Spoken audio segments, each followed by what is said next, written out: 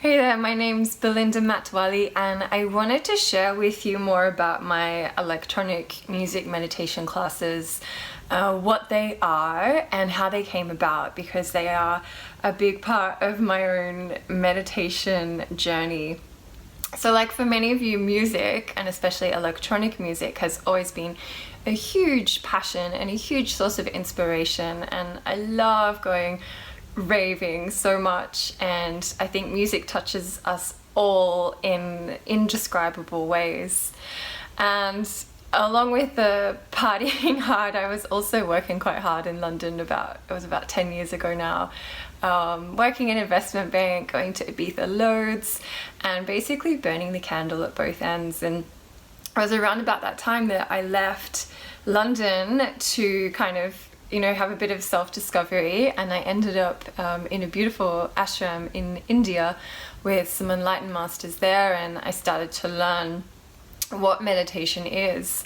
And they explained it to me is that we are human beings, and meditation is really connecting to the being aspect of us. So the human aspect, of course, we're really familiar with. We've got these physical bodies. We know what emotions and thoughts are, even though they're quite fine. There's still something quite tangible for us, where the being aspect is very essential, and it's unmanifested and it's unlimited. And often our human aspect is so busy, and full on, and so much in the outer world that it can be really hard for us to tune in to this more essential aspect of us. So when we learn meditation techniques, they're actually helping to quieten down the human aspect so we can be more sensitive and able to fine tune into this more essential part of us. So anyway, at this ashram, the masters take wisdom from a lot of different lineages, but I've always gravitated towards the more bhakti, like the Kabir kind of poetry, and we also have a lot of music and celebration and some elements of Osho as well. And what I loved is we'd have these great celebrations with traditional Indian music.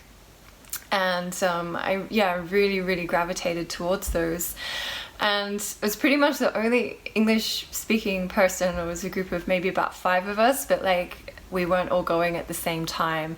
So I would be in the ashram having these experiences, and then I would put my headphones on and I'd be listening to electronic music and pairing it up with some of the techniques that we were learning. So that was some time ago, and it's something I've always kept to myself, because I thought, wow, other people might not get this. They consider meditation to be this very quiet, still, peaceful practice, and of course it is. That's the end. But the techniques in the beginning can, we really do want to invoke a lot of energy so we don't fall asleep in meditation. We want to invoke a lot of joy, and then we go into this more quiet practice. So this has gone on for years. I lived in Berlin, and I would go to Berghain on Sundays and just dance all day and get into my meditative state, and then go home and meditate for hours. And it's just been a real passion for me.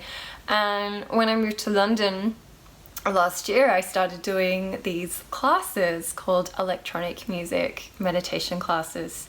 So what I share in these classes are different meditation techniques, and I use different electronic music tracks. So some of the tracks are bespoke that my partner and I have made, and others are sometimes more obscure, or sometimes it's a really new track that's just come out.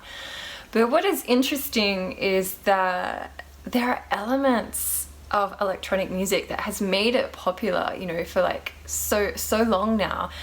And these elements are very similar to elements that a lot of traditional cultures had in their music that would also help them when they were wanting to celebrate and kind of go into spiritual experiences. So often it's the beat of the music, like a 4/4 or a triplet, or it's very hypnotic, or the music invokes emotion, which can help us then kind of like a higher heightened emotional state can sometimes be another ladder to get into the meditation bandwidth.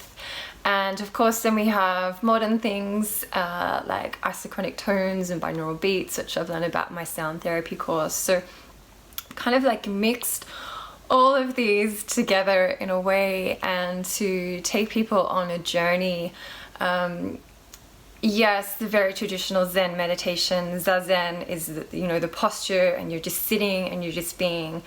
But I find that a lot of people today have so much energy that's not expressed, emotions not expressed.